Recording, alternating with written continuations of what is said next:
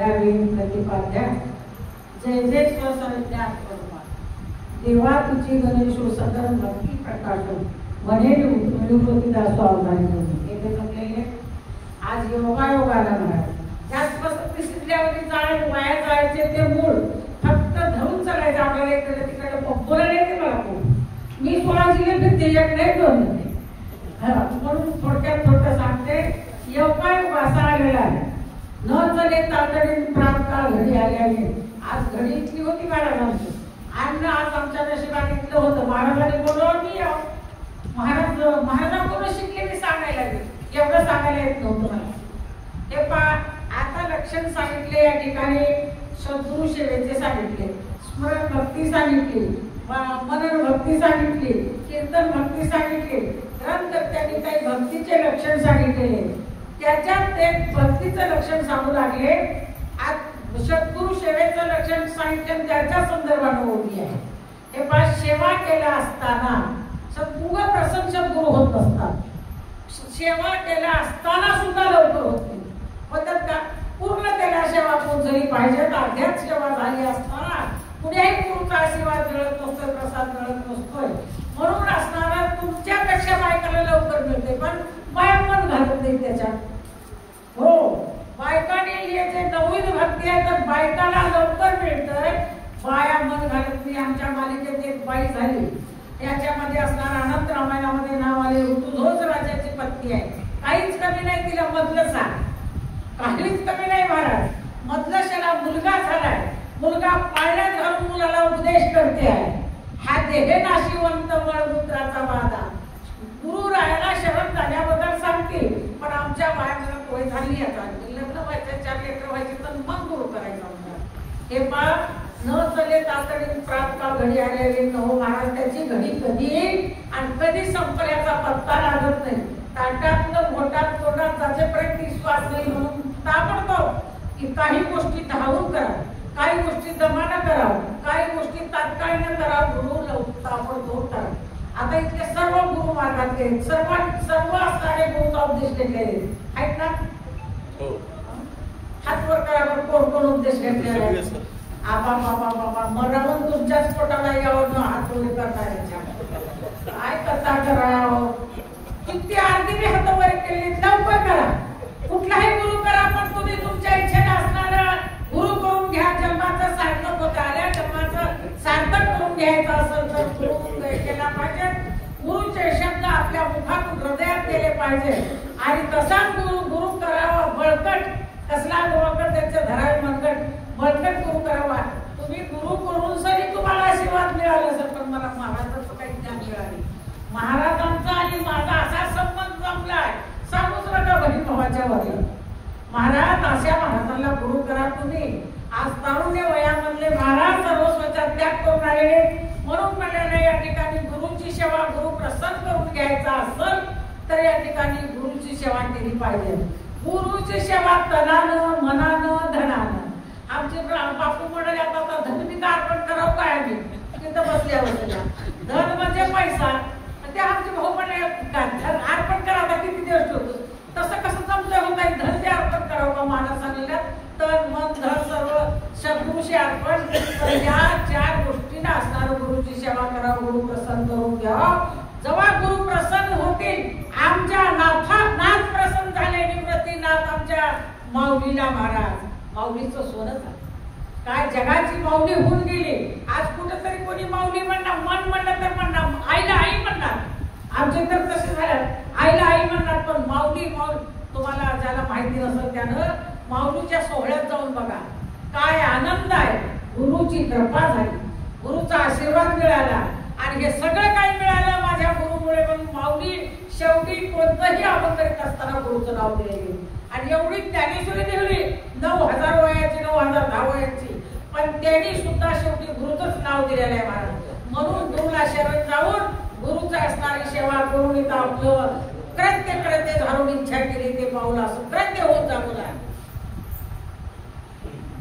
धन्य साधूचा समागम जेने उतरिले जे मोहभ्रम तेने पाहिजे मोक्षे धाम महिमा कैसा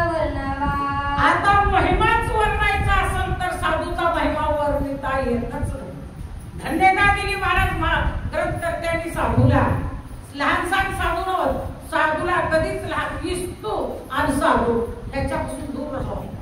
एक मुंबईचा जावई माहित आहे का तुम्हाला? तुमच्यातलं कोणी राहते का मुंबईला? ते दिवाळीला आलं आपल्या पत्नी बरोबर सासरवाडीला. खेड्यातली सासरवाडी जवळ गवताच्या वळ्याच्या वळ्या असं कापलेलं गवत कडबा वळ्याच्या वळ्या लावलेली. हे आता खेड्यात आम्ही लांब जावं लागते. गेलं लांब गेल्यावर मग पत्नीला म्हणते हे पा हे बरीच दिवे जे लावले त्याला काय म्हणावं? सूर्याचं पिल्लू आहे म्हणले तिनं. सूर्याचं पिल्लू म्हणलं. जळलेला दिवा घेऊन गेले जातात तांब्याच्या हातात दिवाळीच्या हातात. गावचे बसावपणी त्या वळईत फुलं जपून जाताना ते मुंबईला तिथल्या लोकांना दाखवायचे दिवा म्हणले हे सूर्याचा पिल्लू दाखवायचे म्हणून. येत तर ते वळई जेव्हा पेट घेतली लोक म्हणजे कोण लावला असेल कोण्या पोरानं लावला असेल लोकांना विचार पडला. घरी येऊन बायकोला म्हणताय माझं सूर्याचं पिल्लू जळालं. तुम्ही कुठे ठेवतो? मी वळईत नको ठेवतो म्हणलं सूर्याचं पिल्लू. बघा त्याला खेती नाही ते बी नाही, शानं बी नाही येडं बी नाही. एखादी बाई अशी असते आहे बाहेरला जाताना बी हसते आणि सासरला जाताना बी हसते. तिला येडी म्हणावं की शानी म्हणावं तसलं होतं हे. म्हणून असणार अशा प्रकारचा गुरु करून घेऊन सरी ह्याच्यासारखं व्हायचं नाही. आपलं असणार देह सार्थक करून घ्यावं. आलेल्या जन्माचं सार्थक असेल तर गुरुमुखानच सार्थक होते. आपलं काम गुरुचा असतं. माऊली म्हणतात माझ्या गुरुपायी मी इतकं पावलो. संजीवनी समाधी प्राप्त झाली. महाराज गुरुच्या कृपेमुळे संपूर्ण काही दिसले ते गुरुच्या कृपेमुळे मिळालं असं आमचे माऊली लहान साधक म्हणवते की अवतारिक होते चारही बंधू, बहीण आणि 3 भाऊ अवतारिक होते. महाराज काय या माऊलीचा आनंद आहे ते गुरुच्या कृपेमुळे आनंद आहे. तुमचा बी असाच आनंद हो. गुरु करून घ्या घेतलं नसलं तर. आमच्या इथे एका माणसाला म्हणले मी बाबा तुम्ही इतकं काही सांगता बोलता काही पण गुरु केली तुम्ही या किती पैसे लागतात की म्हणलं मला अजून तुमचं माहिती नाही काही. ते म्हणले काय नाही 2-4 हजार रुपये घ्या कपडे घ्या चला मी घेऊन जाते आश्रमाला तुम्हाला जमणारे बाबा. 4,000 सोडून मला 1,000 रुपये देणं हे नाव गुरुला तसलं काहीच लागणार. तुम्हाला फक्त घ्यायचं असेल तर देतो बोलावीन सर्व. यारे यारे लहान थोर याती म्हणत्या असं सांगत चाल कधी बोलाय. म्हणून लहानानं थोरानं मोठ्यानं कसल्यानं ही गुरु करून घ्या. पाया घाव की माणसं राव सर्वांना अधिकार आहे. अधिकार तैसा करू उपदेश अधिकार आहे. महाराज अधिकाराप्रमाणे गुरु करून घेऊन आपला जन्म आलेल्या जन्माचं सार्थक करून घ्यावं. नाही तर सार्थक होत नाही. चित्रगुप्त ध्यान देऊन बसलाय. बोला. जे आपण सोये तरी दुसरी आशी कासे लावीती मायामय तरवुनी पार करती अपार महिमा साधूचा महिमा सांगितला. आपण तर करतोय आपण तरेल हे नवल पुढे उदारी तुझ्याची. महाराज सांगतात तुकाराम महाराज तरुण जात आहे आपण ते नवल नव्हे पण दुसऱ्याचं कोणी तर सांगितलं स्वतः करतोय. पण काशेला एका बाईला मरायचं होतं मरायचं होतं पाण्यात उडी मारायला. मी म्हटले कसं काय नदीच्या कडेला पूर चालाय मला जीव द्यायचा आहे म्हणजे जीव द्यायचा आहे. आमच्या महाराजांसारखं पाऊल घालतो मध्ये गेली की जाऊन कमरेला मरू देईल घातारी महाराज त्या बाईला मरू देईल का? मी म्हणले महाराजची तिला कशाला वर काढलं? अहो डुबून मरला ती बाई म्हणून काढलो म्हणले. बघा साधूचं असं अंतकरण असतंय. असे साधू असणारे जगात साधू संतांमुळे हे चालले बर का. साधू असे राहणारे. बाईला तारून नेले बाईला असणार ओरख काढलं. मी म्हणले बाई तू शरण जा साधूला महाराजाला शरण जा गुरु करून घे तुझ्या धर्माचं सार्थक करून घे. बाई शरण गेली आणि बाई आमच्या इथं भागवत सांगायला शिकली. चला त्यांची सेवा साध्यत्व की जे त्यासी नम्र होऊन ऐसी जे त्यासी भाव पूर्ण कदाश्वत्व की जे. अशी सेवा करायची पण नम्र झाला होता आणि त्याने कोण दिले? देव ताब्यात केले महाराज नम्र झाल्यामुळे. 4 गोष्टी महत्वाच्या आहेत. पुराणात सांगितले ग्रंथात सांगितले त्या 4 एक सोडून टाकायची 3 घ्यायच्या. पण माणसं 3 सोडतात आणि एकच घेतात. 3 सोडतात. सांगू का तुम्हाला? देणे को अन्नदान लेने को हरिनाम.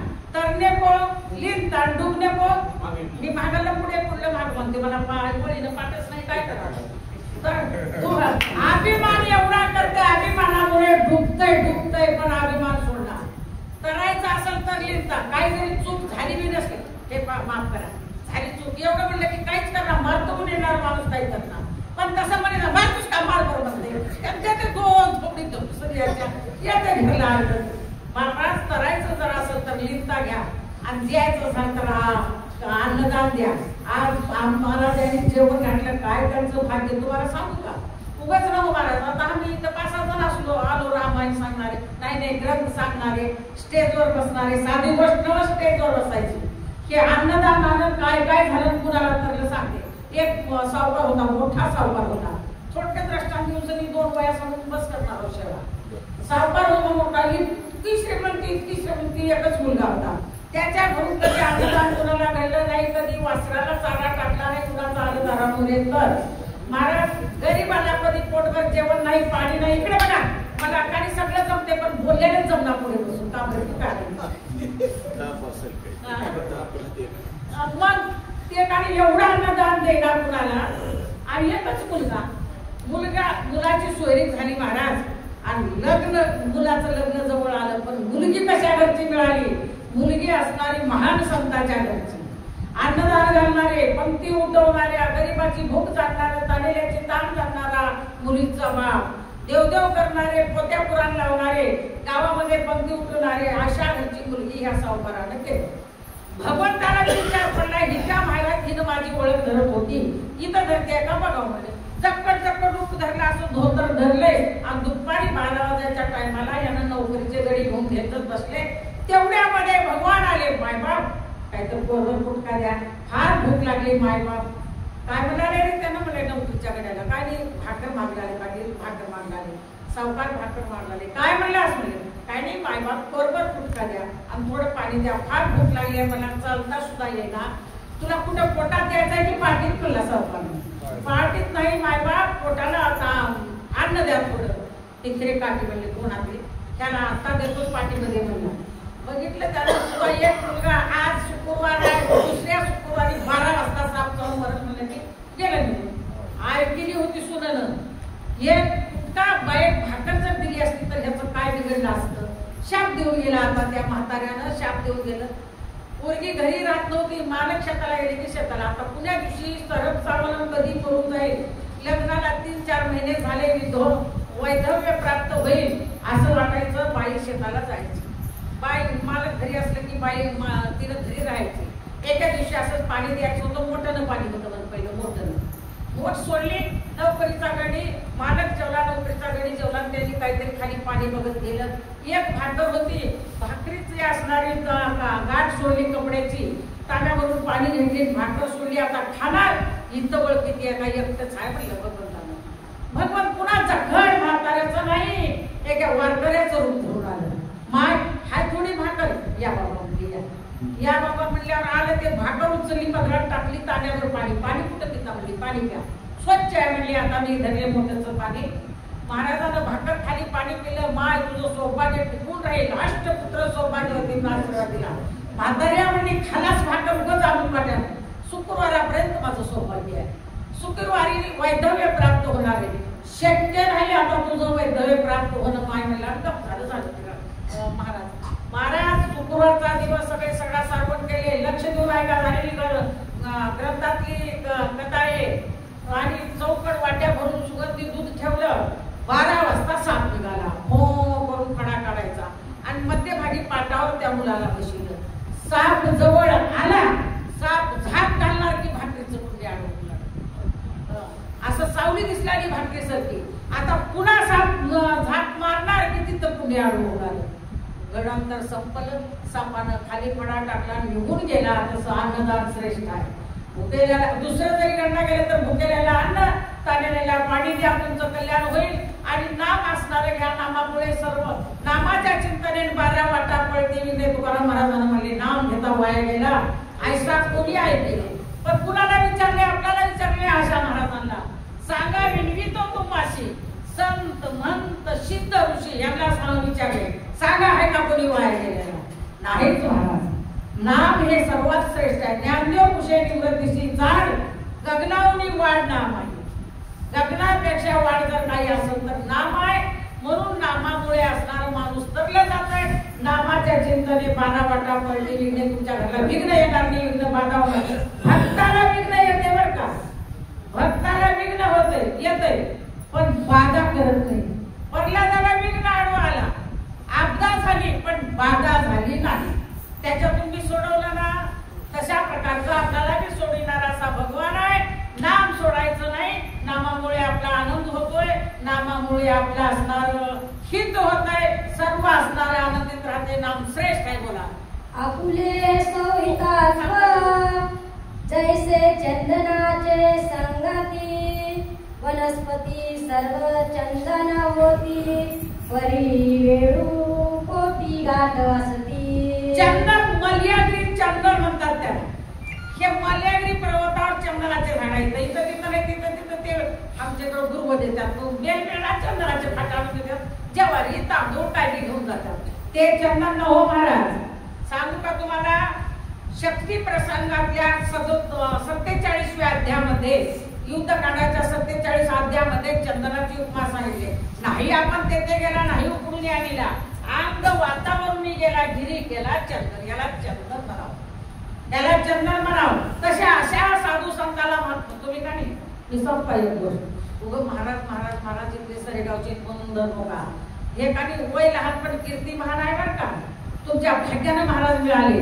त्या महाराजाचं वर्णन करावं तर करताच येत नाही. जसं भगवंताच्या स्वरूपाचं वर्णन करायला गेले सगळे थकले शेषे गेला पुढे जीवात चिरून गेल्या तसे ह्याचं वर्णन करता येत नाही. हे काय हिरा आहे. आमच्या बापून म्हणले एक हिरा सापडला बाई आम्हाला. मी म्हणले बापू नुसता हिरा नव्हते. हिरा नव नुसता आता त्या हिराला सांभाळ करणं हे तुमचं कर्तव्य आहे. करता बापू म्हणे. आम्ही गेलो तर मी सांगता सगळ्याला बाबा त्या हिऱ्याचा सांभाळ करा. तशा प्रकारचं चंदन असणारं मल्याद्री पर्वतावर झाड आहेत त्याचे. ते चंदन आपण येऊन आपण येऊन झाडाला घासणार, त्या झाडाला चंदन करणार. नुसत्या वाऱ्यानं खेकळणी टाकळणी बोरी बाबळी बातोंडी तेरतोंडी निक बेसरम चंदन होय चंदन तैसा साधू समागम कपटी दुर्जना सती परम त्यांचे अंतरी कटिलता धर्म कदा काळी न जाती. अशा प्रकारचा असणाऱ्या चंदनाची उपमा दिली महाराज. हे पा साधू हे चंदन असतात. चंदन आता तुमच्या 2 चंदन आहेत आपल्या महाराष्ट्रात आहेत आणि मराठवाड्यात 2 चंदन. आपल्याला त्यांनी जाणी केले चंदनाने. तुमच्या गावाला कधी माऊली आणते का हो सांगा बरं. हात वर करा बरं. या माऊली आणते का कधी नाही. बरं तुकाराम महाराज आणते का. दत्तप्रभू आणते का नाही. नाही दत्ताचे भक्त आणते का कधी नाही महाराज. पण प्रत्येकाच्या घरी आज महाराष्ट्रात ज्ञानेश्वरी आहे तुकाराम गात आहे आणि त्याच गात्याच्या अभंगावर हे कीर्तन करतात असे महात्मा करतात ना. म्हणून ते चंदन आहेत आज खरे आपल्याला. नाही आपण तेथे गेला, नाही उकळून आणला आणि अंग वातावरून गेला, गिरी गेला चंदन. गिरी चंदन करतोय खरा चंदन. तसे खरे महात्मे आपल्याला त्यांच्या वाणीतून असणार